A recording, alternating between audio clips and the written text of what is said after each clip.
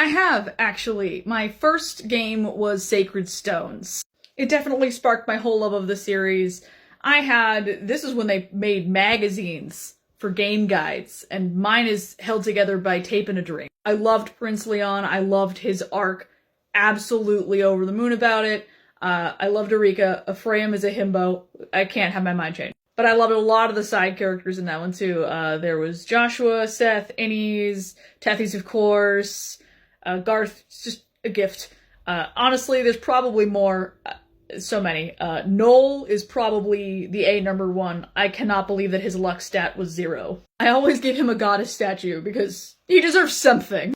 I did start Fates. I have not finished it. I have the attention span of a guppy sometimes. I'm also working on the remake of Shadow Dragon that I have on the Switch, just very slowly.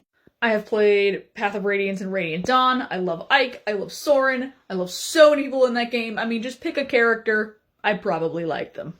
I like that Soren's arc was something you kind of had to piece together yourself, and that they didn't directly tell you exactly what was going on with him, and you had to pay attention to the lore to figure out what his situation was.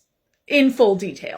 I did tell a little fib there, though. I don't like Micaiah about the character thing. You can't just pick any. I'm not a big fan of Micaiah. I did find her a little whiny. Personal preference.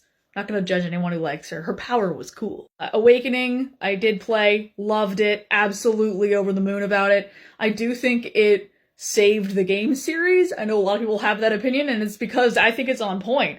It made the whole game more accessible. As much as I obviously had no issue with the strategy of, losing a character and starting a chapter over, when I was playing Sacred Stones, I was in middle school. I had the time to play a chapter 6 times over.